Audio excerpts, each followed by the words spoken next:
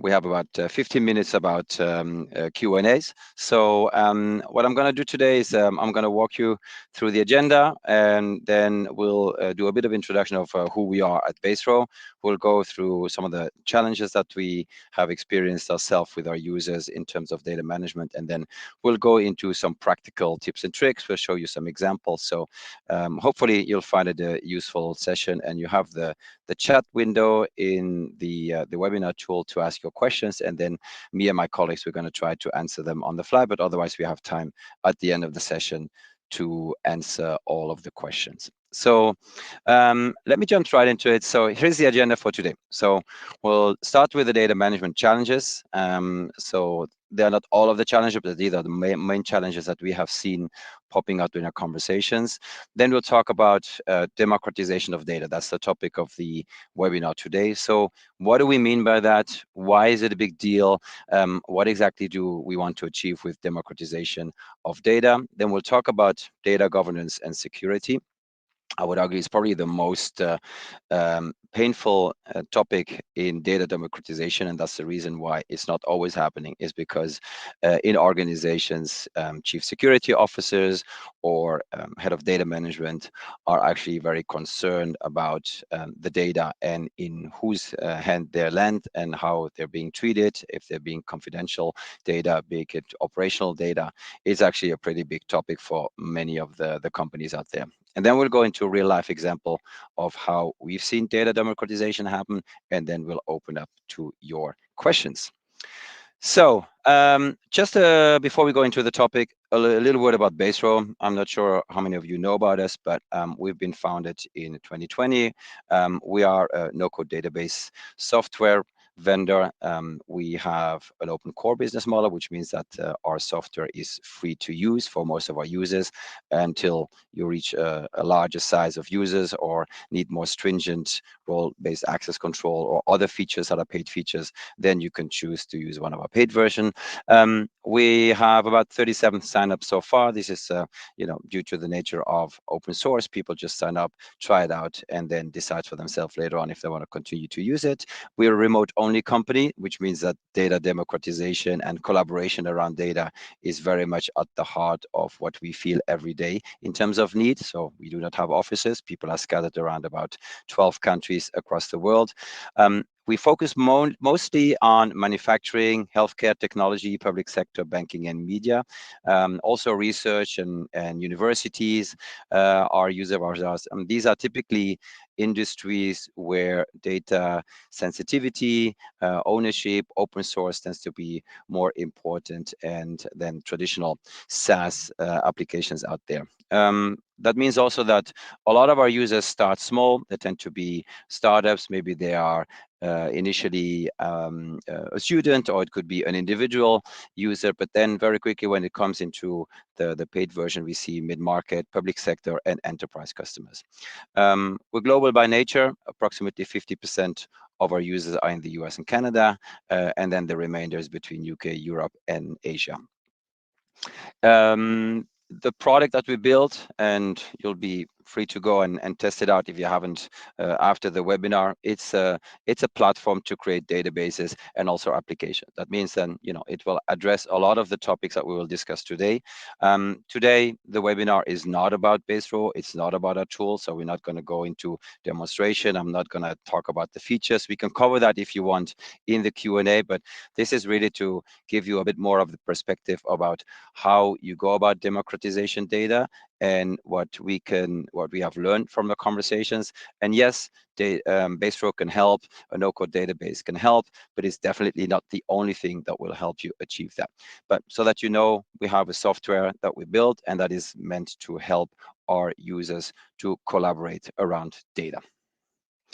From a company perspective, the guiding principles that we design our product with, or that we engage with our partnerships, around openness. So we really believe in open source. We believe in API first. We don't like closed ecosystems. So we want people to be able to innovate with open source, be able to use it. There should be no budget issues when you start using a new software. People should be able to build companies on our software. We believe in flexibility, so we want people to build the way they want and not the tool to dictate the way that you should work. We like extensibility, so we like the creativity of a community where people can extend the capabilities of a platform by creating their own plugins and customization. We believe in scalability, so there's no point of building a platform whereby if you start small, all works fine, but as soon as you scale from your team or from your data, things fall apart. So we really focus on making sure that everything will scale at the enterprise grade if you hire an enterprise, so that you can have millions of rows of data in your database if you need to collaborate around that. We believe in data ownership. That means it's more than GDPR, SOC, HIPAA compliancy. We're going to talk about that. It's also about being able to self-host your database in order to really meet the most stringent security guidelines. And then ease of use. So we're a no-code database platform. That means that we want to be catering for the technical and the non-technical users. That means that a lot of effort is spent on the user interface and the user experience, because we believe that software will evolve in being more and more abstracted from the complexity from the underlying code. Okay, enough said about the about Baserow. Let me now go into the data management challenges. So to get started, let me just open up here. I'm just going to do a quick poll. So I've got a couple of polls today, so feel free to answer these, because nobody else will see your answers. So I'm just going to publish it here, and please go ahead and start submitting your votes. Just click on what you want to submit, and then you submit, and then we'll start to see the percentages here. So please, if you can all answer here, and then we're going to have a good indication of what you want to achieve today. So this is about the benefit, but is this about productivity gain? Are you more concerned about trying to address the security issue? Is this about data accuracy? Is it about flexibility on how people do their work? Do you want to achieve more transparency in your organization, in your team? So I'll give you a couple of more seconds to go and answer. So it looks like most of you are interested in productivity, and second at the moment is security. So okay, we're gonna close it here. So obviously productivity. So we're going to talk about that. We're going to talk about security. We'll talk about accuracy as well. And then flexibility and transparency are a little bit less popular for today. All right. So let me close this here, and I'm going to continue with the topic. All right, so number one challenge, single source of truth, right? So single source of truth, what do I mean by that?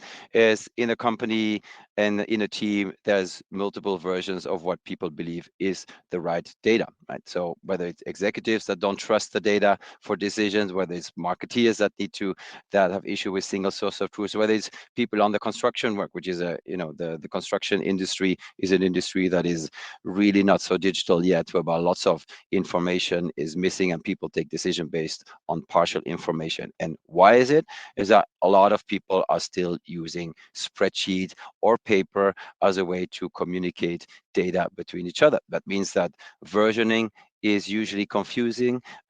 It's not standardized. People will update and then will email in attachment, or people will leave a spreadsheet and then someone else comes into the spreadsheet and then get lost of where exactly they are, what type of information. It's very much error prone. And I've seen it over and over. I've experienced it myself in many of the organizations where I've worked, whereby you end up having version 1, version 1.2, version 1.3, version 4, and then people keep adding versions and you really lose track of the accuracy of the data and where exactly that data is coming from. So that is really a big challenge that we try to solve by democratization of data, is to make sure that everybody has access to a single source of tools that you can rely on. Challenge number 2, the data skill shortages. So the visual here is actually the kind of skills that are expected from a data scientist. On one end, the hard skill, they need to be able to understand relational database and machine learning. They need to be able, algebra, calculus, specific programming languages, but at the same time, being able to tell the stories of the numbers, being to collaborate around it, make decision. But actually, most of the people in companies do not have and do not need to have the hard skills. The hard skills are the where you need to be able to program, you need to be able to script, you need to be you have the data literacy, to be able to talk about the data language. No, what we want as knowledge workers, as people in the business, is actually to be able to tell the stories of the number, collaborate with your team members, being able to make fast decision, eventually maybe do a bit of no coding in order to customize a specific view of the data, or be able to create simple formulas and be able to actually deliver on what you need to deliver. So that's a big issue today around data democratization, is that everybody talks about data. Companies have spent a lot of time investing in data lakes and other data tools, but the reality is that most of the people lack the shortage to do anything meaningful with the data. Then the third challenge is around the tools themselves. There's a lot of data tools out there, and most of these tools are not very user-friendly. First thing is, people have had enough tools. There's so many tools already in most of the companies that people have little appetite to learn another tool. They're familiar interfaces, right? And one of the interfaces that people like is actually spreadsheets. Spreadsheets are pretty familiar. They've been around for many, many years, and people like that type of interface. Managers, even, if you look, if you take out the source I got from Deloitte, most of the managers find data tools too complicated, right, and do not like to use them. And that means, most of the teams rely on business analysts, on data experts or data analysts to provide the data insights. And I've worked in small companies and I worked in big companies. So the last company my startup got acquired was called SUSE. It's a company with 2,500 employees, and I was actually asked to input data in specific tools, whether it's for sales forecasting, whether it's for analytics. And then what happened is we had to do print screen of what we put into the tool, paste it into a PowerPoint presentation, because when we did present to the CEO and the state of the business for my region, then she liked the story, the compelling story, into a PowerPoint presentation, which means, at the management level, there was no push neither to go and work collaboratively into a platform, because a lot of these platforms have too many features, too many functionalities that are unused, and it becomes very complicated for people to actually use them. Then another challenge, and that's one also which I felt the pain myself, is the detachment from data and workflows. So what happens is, as your teams grow, you start to have departments, right? You have a sales and marketing department, you will have an HR department, you will have a finance department, product development, a support department. And all of these departments have their own data. They have their own way of working. So, in the support organization, you might have also your customer success organization. Well, they understand the support tickets, right? What happens? They understand what happens. They might surface some of these support tickets back to the development team so that the development fixes the bug. In the sales and marketing organization, right, which is a little bit more my background, I would need to know, typically I have a forecasting tool. I might have a repository where I have my presentations and my marketing collateral, and I have my CRM, for instance, right? But then what happens if I have my upcoming big customer meeting, and actually what I want to know is not so much only what the customer has bought, but I would like to understand, did they have support tickets? I would like to understand, are there any feature requests that came to the product development team that I should be aware of? I'd like to understand, maybe from the finance data, how much revenue that customer has generated and when the contract is up for renewal. So then as an individual, I need to start to have to build the bridges between the different departments. I need to go and fetch some data from my product manager in the development team. I need to go and fetch some data from the customer success manager, who's maybe has more insights in the support data. Then I need to go to the finance guys and get a report of what they've bought and which product I could sell them more. And then all of that, me as the human bridge between these data silos, I need to compile that. And then once I've compiled that, I go and prepare for my meeting, and then I have my meeting with the customer, and then I need to revert back and push all of that information back into the different organizations. So that is the reality of what happens a lot within a larger organization, is that teams are organized in silos. Data is captured in silos, and the data is actually pretty much detached from the workflows, right? Well, actually, what you would want to have is that everybody has access to a piece of the data of the other department that is actually relevant to his or her work, right? And then there's another thing that happened since COVID. So COVID, lots of remote working, um, lots of companies invested in digital tools, lots of SaaS has been acquired, and there's a plethora of SaaS tools out there, right? So that means that for everything there's a tool, and every SaaS tool has their own database, and in every SaaS tool, the data is locked. So that means that not only these SaaS tools are underutilized, they end up being expensive because every SaaS tool is 10, 15, maybe sometimes $100 per user per month.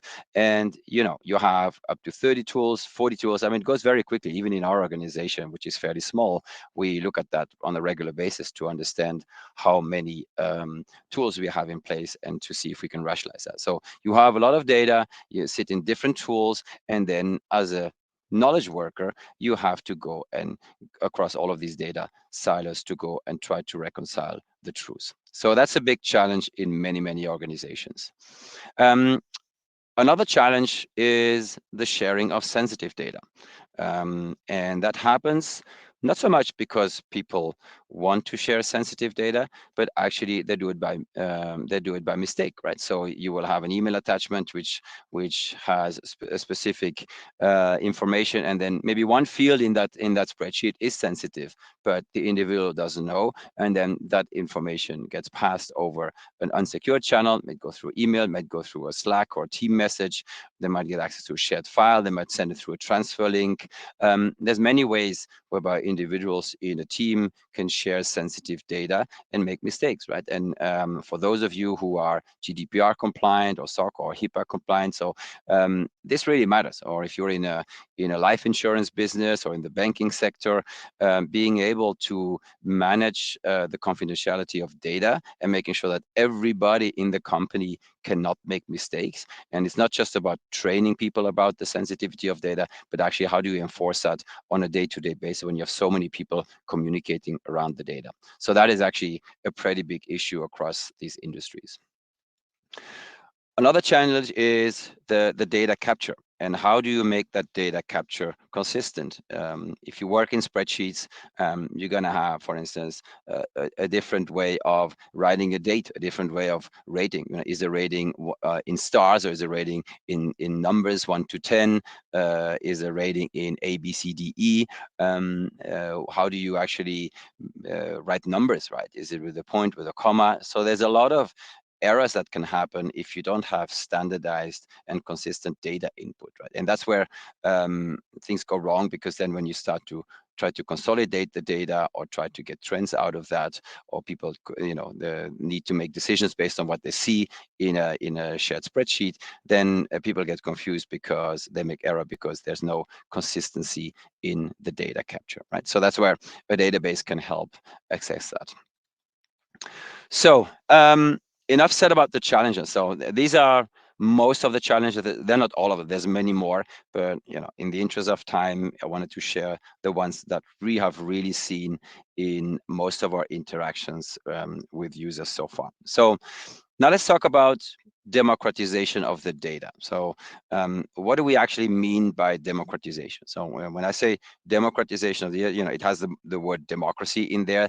That means that we want to help you provide the access the right data to the right people at the right time, so that they can do a better job at what they're doing. Right? And that doesn't have to be just productivity, because everybody claims productivity, and I've seen it's number one in the hope to achieve. But if you look at the promises of all the tools and you add up all of the productivity gains, you would go in negative work time, right? So at the end of the day, the data doesn't add up. But we all agree that there's a way of making sure that people can do their jobs better. That means they're faster at answering a query from someone. They can make a better decision. They don't miss deadlines on product deliveries or product releases cycles.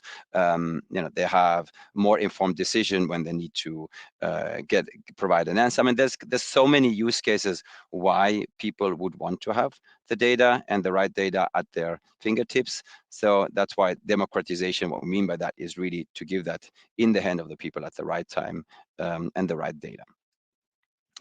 And most of this is actually to drive collaboration, because whether you're in a program management team, whether you're in a DevOps team, if you are in the production team in a manufacturing, whether you're in the government space, if you're building an application, if you have a product team, most of us, our job is actually to collaborate to produce a service or a product, or an offering to someone. And we tend to share through Slack, through Notion, Outlook, Teams, Excel. I mean, there's all these tools that we use in order to collaborate better.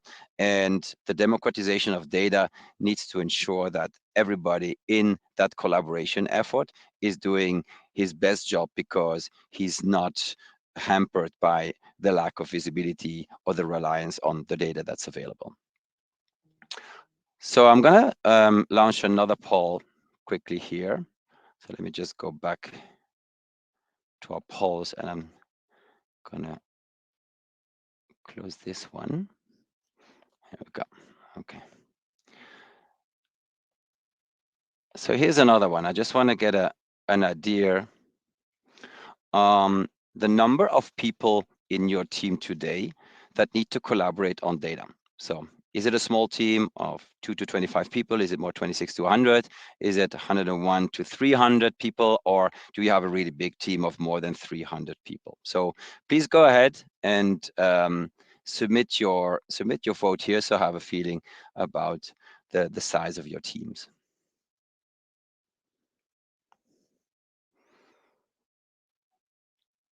All right, great.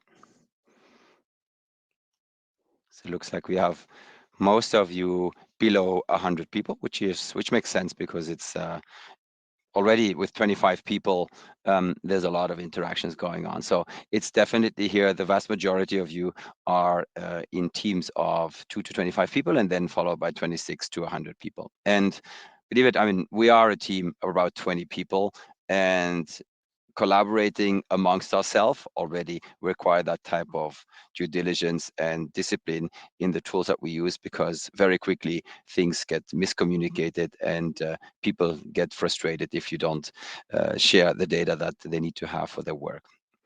Okay, so let's continue here. Let's have a look at database versus spreadsheet here. I talked about spreadsheets a lot as being kind of the origin of a lot of what's going wrong with democratization of data. So I just wanted to take you quickly through the differences between spreadsheets versus database. The source here is a blog that we've written. So if you're interested, just go to our blog page at some point, and there's a whole detailed blog about this. But if you look at the differences between database and spreadsheets, where spreadsheets really fall short is around the scalability of the data. It's around the security, the ability to implement things like user management, having an audit trail. It's about the lack of integration possibilities with Excel sheets or spreadsheets from Google. It's also a much less a collaborative tool than a database. So, whether you're looking for real-time notification, for different views, for collaboration features, you're going to struggle with a spreadsheet around that. It's going to be much less focused on filtering, querying, and reporting. It's much more difficult to automate around a spreadsheet. So in general, I would say Keep your spreadsheets for your financial data, maybe for some easy graphics and some easy representation of the data. But as soon as you need security, if you need scalability, if you need consistency in the data input through forms that you need to create or field types, if you need more collaboration features, if you need automations, and also if you have more dynamic data whereby you link the data from one table to another, then definitely the database is going to be superior. Now, how would you to move from spreadsheets to database? So, you if you're on this call, so maybe you have still a lot of spreadsheets flying around and people using it. Here's some advice, right? So first things to consider, think about the user profile, right? Who is using it? Are the people that are using the spreadsheets, are they rather technical or data scientists or business analysts, or are they more just regular users that do have another job but use Excel to actually capture information and then share that with their colleagues and are doing that in maybe a suboptimal way? What are their collaboration needs, right? Do people need to work together on that data in the spreadsheet? Do they need to visualize it? Do they need to have real-time collaboration needs there? Does the data need to be updated regularly? Do you need forms? Do you need to have public views? There's a lot of things out there in collaboration needs that I would assess when you start to considering moving from a spreadsheet to a database. What are the security constraints, right? If you're working in spreadsheets today and need to move to a database, what is your security team saying? What type of data are you allowed to have in a database? Do you need to think about where to deploy it, right? What are you allowed to share with whom, right? And then the data volume. Are you talking about thousands of rows, hundreds of rows, hundreds of thousands of rows, maybe millions of rows? So really the data volume is also very important in that judgment. And then the type of data that you will have in a database versus a spreadsheet.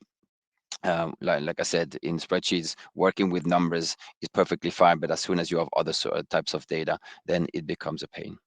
So from a recommendation perspective, I would encourage you to try no code if you haven't, just simply because that caters for the technical and the non-technical users. It is actually intended for non-technical users from a user friendliness, but if you have a no code platform where you can have access to the code and is API friendly, then even your technical users will have a great benefit of it. Maybe start with a familiar spreadsheet interface, not to rock the boat too heavily, right? If people are used to spreadsheets, hey, why not take a database that actually looks like a spreadsheet? Right? There's a couple of that there that might do the job, and that will make sure that people do not get afraid from the interface.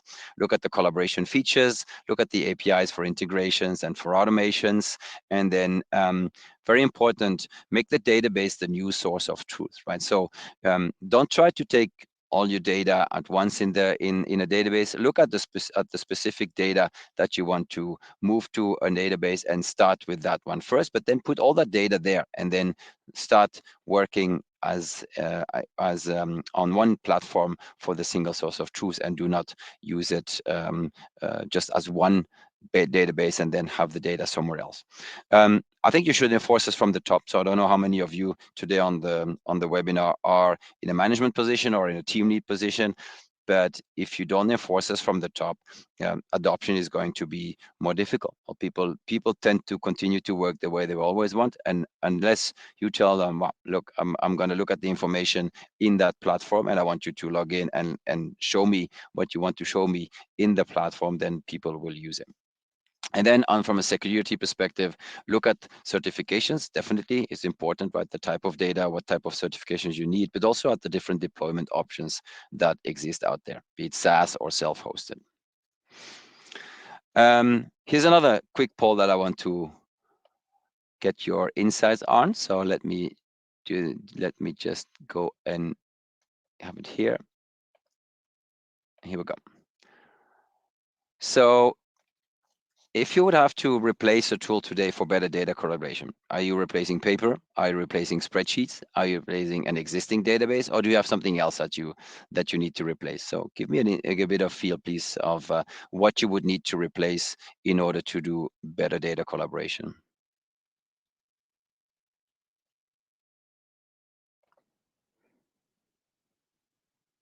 All right, still a lot of spreadsheet users today, which is great.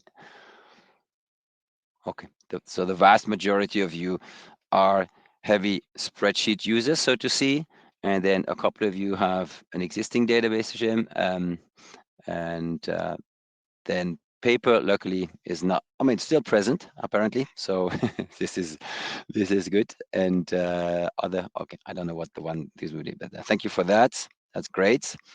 All right, let's talk about data governance and security. As I said, this is probably the biggest barrier that you will encounter when you want to do data democratization, right? And for a good reason, right? The role of a chief security officer or the role of a head of data management is to prevent data to leak, data to be used for fraud. So that's the job, right? The job of a security officer is to make sure that there's no reputation damage to the company, that people get only access to what they should have access to, and they're going to try to limit that democratization as much as possible. And that's normal. That's the job. So now, how can you, if you want to democratize the data, how can you um, overcome that challenge, right? And there are ways of doing it. And I've been in conversations with a lot of security officers and with a lot of head of data management instances. And some of our users are the biggest banks in some of the countries where we deal with. And before Baserow get introduced as a database, you have to pass all of these security tests yourself. So um, here's a good way to try to address their concerns, and it starts with user management.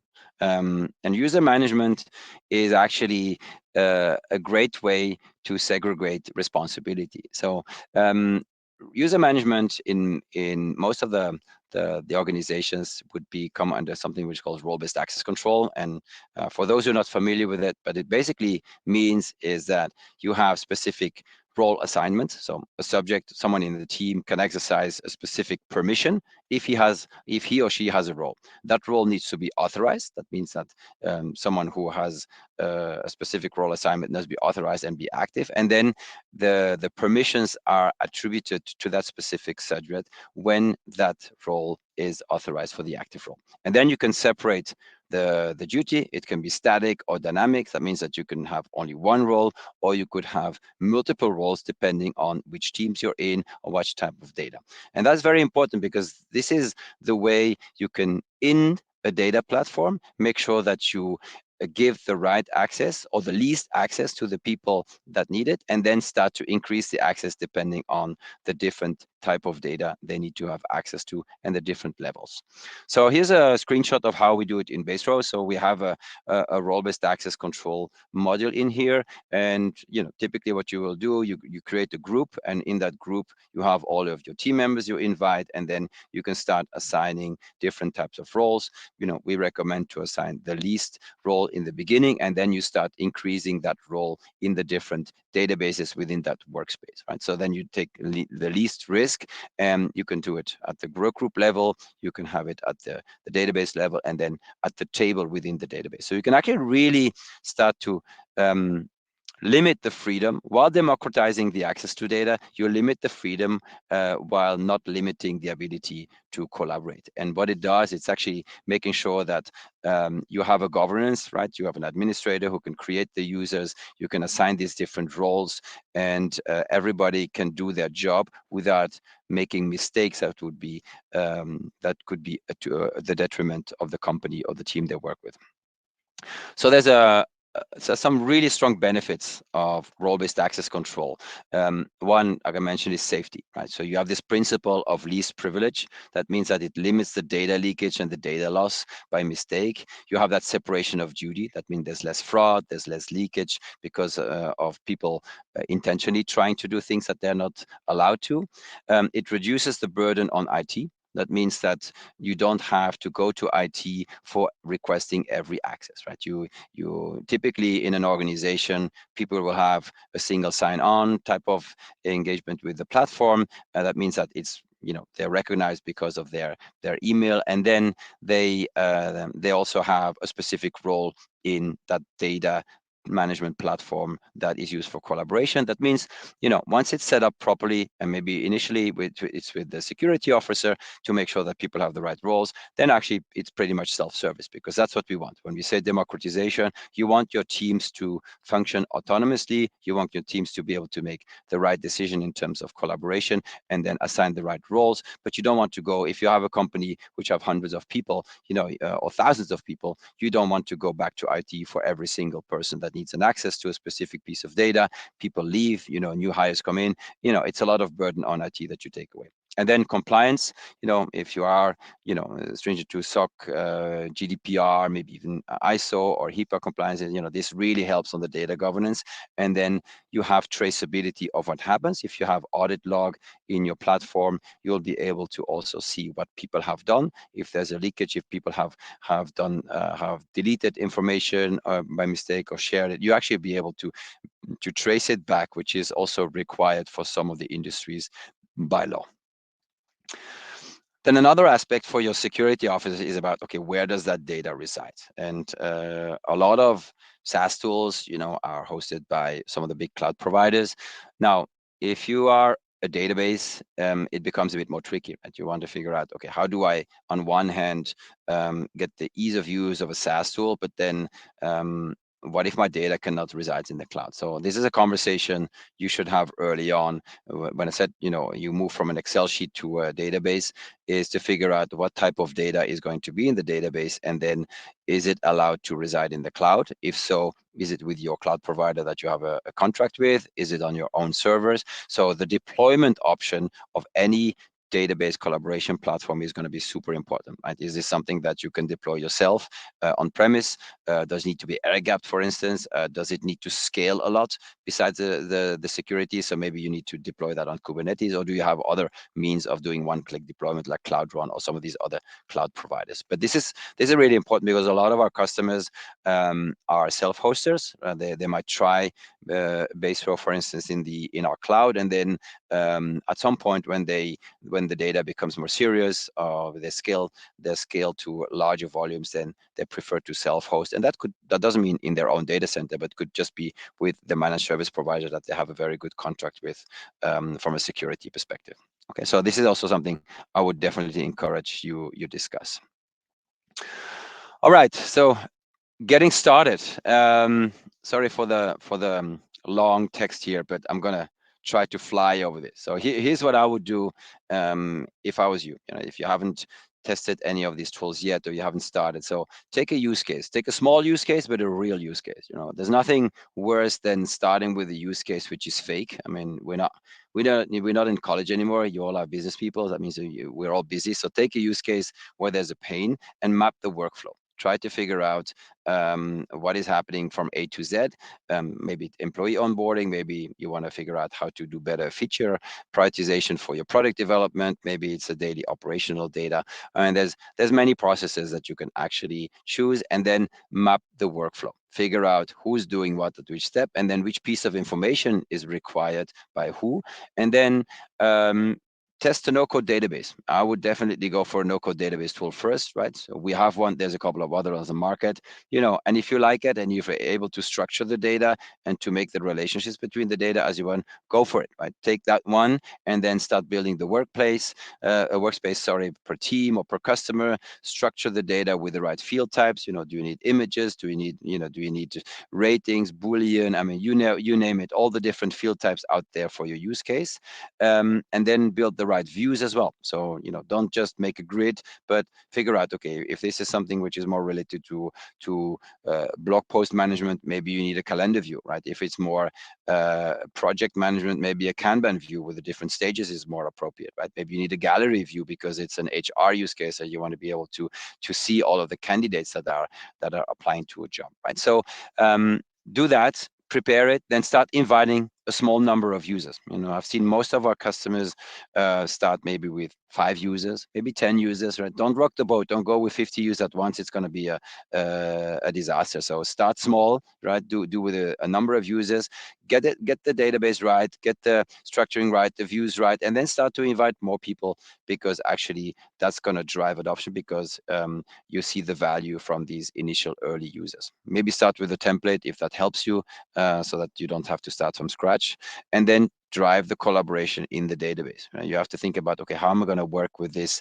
every day or every week, right? You have to find a way whereby it's like sales forecasting, right? When I used to be in sales, the sales forecasting was initially sometimes done on an Excel sheet, but then we had a tool, and then everybody had to go into the tool. You go into the tool and you talk about your pipeline, right? There's no excuse, and there's no other data than the data that's in the tool. And you have to do the same with a no-code database. If you drive the collaboration, drive it in the tool, nowhere else. All the information needs to be there. You need to discuss it when looking at the tool. Don't make extract and then paste it somewhere else and add some notes. No, it has to be in the tool, and that's where everybody works. You can do notifications, you can do updates. It all has to be real time, and then it's actually really going to work. And then, if you're a manager, if you're a team lead, share your successes, right? Share what you've done. When you have an early success, share it in a management meeting. Make sure other people know about it, and then you'll inspire someone else in your organization. And then this thing is going to propagate, and then ultimately you'll start really speaking the same language when it comes to data democratization.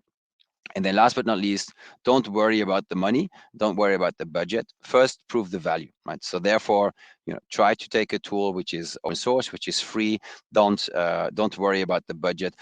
The most of these tools, actually, you can start for free, and then you have a number of users, and then you maybe have some payment happening, and then you pay as you grow, and then when things get bigger, any of these vendors will go and negotiate with you a fair price, so that it's actually also scalable from a budget perspective against the value that you get from it. All right, so let me just jump back in another small poll. So I just wanted to try to get a feel about how urgent this is for you. So here's another poll. So I just wanted to understand if you have a data management project planned in the next 6 months, right? Something along the lines of what we discussed today. So just tell me yes or no. Okay.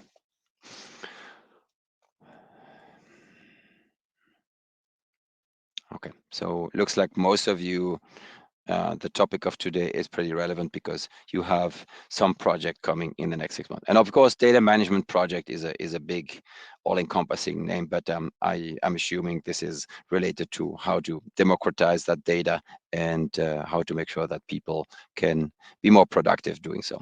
All right, thank you for that. And let me continue with the presentation.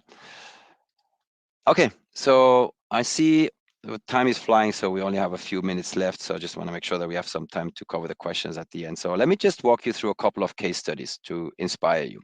So here's a great one. I like it a lot, because it's a company in the UK called Riz and Mika make, and what they do, they make furniture from reclaimed wood. So it's a pretty it's in the circular economy spirit. So what they do, it's actually pretty great, because it's not a big company, but actually they run all of their operations with the no-code database of Baserow, right? So what they do, they capture the salary grades, the timesheets of their workers, all of the different supplier costs, and then they calculate the total cost per item produced real time. So for every single thing that they make, they actually know exactly how much electricity, how much time has been spent, how much material, and they keep all of that in different tables in the manufacturing cost database. But then also they have another database also built on Baserow, which is then the machine maintenance database. So you will have the manuals, you'll have the maintenance schedules, you have the pictures of the defects. Everything is sitting there in the same database. There's an inspection work overview.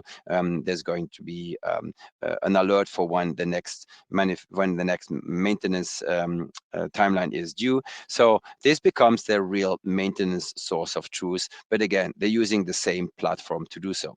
And then the greatest thing here is that they have another one, which is interfacing with all of the designers there. So they have a bunch of designers that submit product ideas, the descriptions, the pictures, and everything you see is collected. What used to be collected by Google Sheets or another spreadsheets, and then they changed it, put a no-code database in place, have a form to collect all of the information from the different designers, which are very often freelancers. And then what they do is they have a database of that, and then they export some of that. Some of that information is exposed on their web shop, so you can actually order these items. But the whole product design workflow is also captured. So that's a great example whereby a whole company is actually running their core processes on a single platform with different databases and different use cases and workflow processes. And all of the people using the database are just regular non-data people, are people that are doing their job in a tool that they actually created themselves. Then there's another tool here in the Industry 4.0 area. So this is also something I like a lot. So you can see here the picture on the left top. That's what's happening at every shift. So in any manufacturing company, you'd have a shift, a production line manager, and he would rally his team. They'll go over what has happened in the previous shift. What are the top priorities for that specific shift? How are they doing on security? What are some of the priorities for their shift? And in the past, that person used to probably spend about an hour or so collecting the information, printing it out. You can see in his back, you can see these white boards. They would print out things, put them on the board, and then that would take about an hour or so per shift to do so. So what happened is, here's the combination of two no-code tools. The backend is the database of Baserow, where you actually capture and structure all of the information that you want to expose. And then on the front end is a digital visual management platform tool, which is from a company called Pinkflow, which we partner with, and they expose the data of Baserow and some other data that is not in Baserow in very intuitive visual screens, right? By people with a QR code can upload a picture of an incident. That picture is also stored then in the no-code database, and then other members like quality assurance or continuous improvements can go into the database to review that information. Here's another example, which is from a political party. It's the Green Party in Belgium, and they run all their recruitment for candidates, right? So through a no-code database. So they built the database with all the information they need, and then they have a form which is created out of the database. It's publicized on their website, and then if you want to go and apply for a job at their political party, you input all the information in there, and it's collected straight into the database. And then they have different views of the database whereby they know what the recruiters need to do.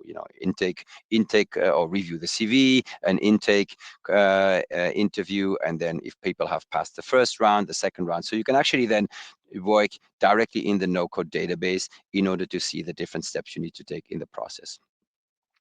And then here's another interesting one, which is a whole toolbox for real estate agencies. So here's basically it's an offering from a software vendor we work together with, and what they offer is a total offloading of operational burden for real estate agencies. This is in Australia. This is anything from claims and dispute resolutions to property onboarding to compliance. For instance, when does a pool need to be maintained? So everything is actually managed in the no-code database and offered as a service to these real estate agents, that what they need to do is to concentrate on acquisition, and all of the backend is taken care of by that software vendor. They host the no-code database in their cloud, and they offer it as a service for their customers. So they're actually building a business on the no-code database.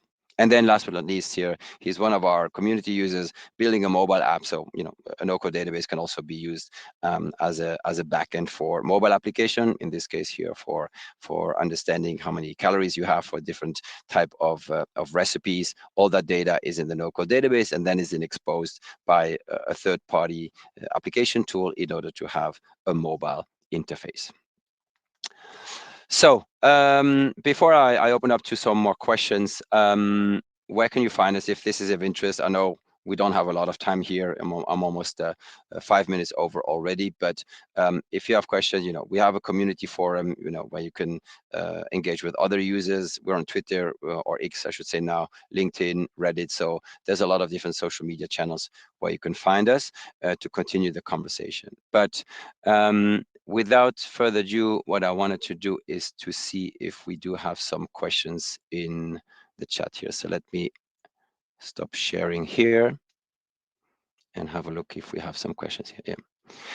Okay, so will Baserow ever have a native mobile app? Okay, great question. We might have. Right now, to be honest, we haven't prioritized that. We have a responsive app.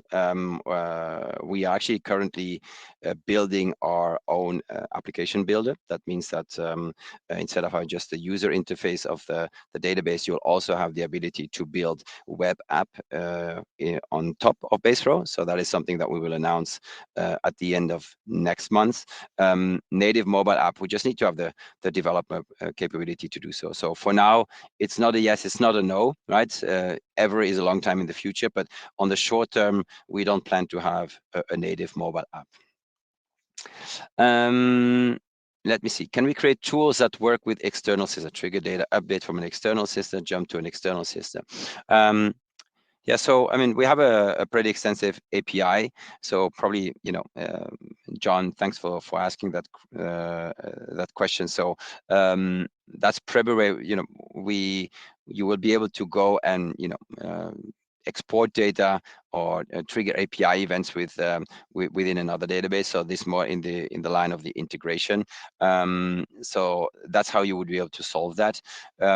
If you have more questions around maybe like syncing database between, we're not a database whereby you use an existing database and then build it into a no-code database. So we really have a database whereby the single source of truth is in Baserow, but if you need to push information somewhere else, that will go through the APIs.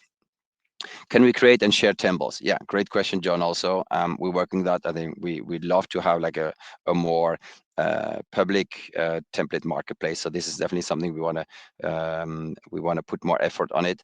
Also, when we launch the application builder, that people are able to actually build application templates also and be able to share that with the community. Here we go. Kevin, would Baserow eventually get Gantt, or is that not something prioritized yet? We have it on the roadmap. It's one of the features that is in our roadmap. When we're going to do it exactly, it's probably going to be in 2024. We have a couple of other things that we need to do first this year. So not this year anymore, Kevin, but it's definitely on our roadmap, and we are aware of that request. Okay. Let me see. Combined field and or with nested here needed. Okay, Marek, I'm gonna take your question on the on the roadmap. So feel free to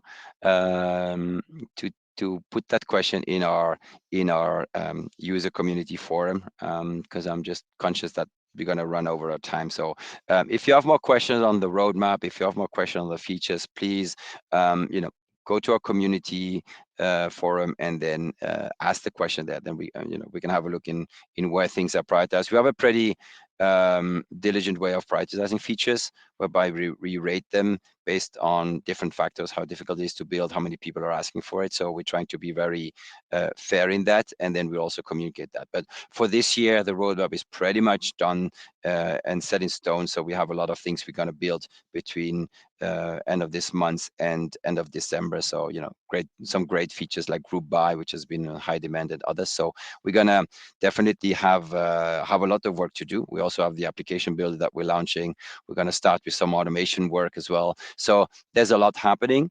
So this year, don't expect, if it's not on the roadmap, don't expect it to come. We might be able to squeeze it in, but in all likelihood, it's going to be for the beginning of 2024. All right.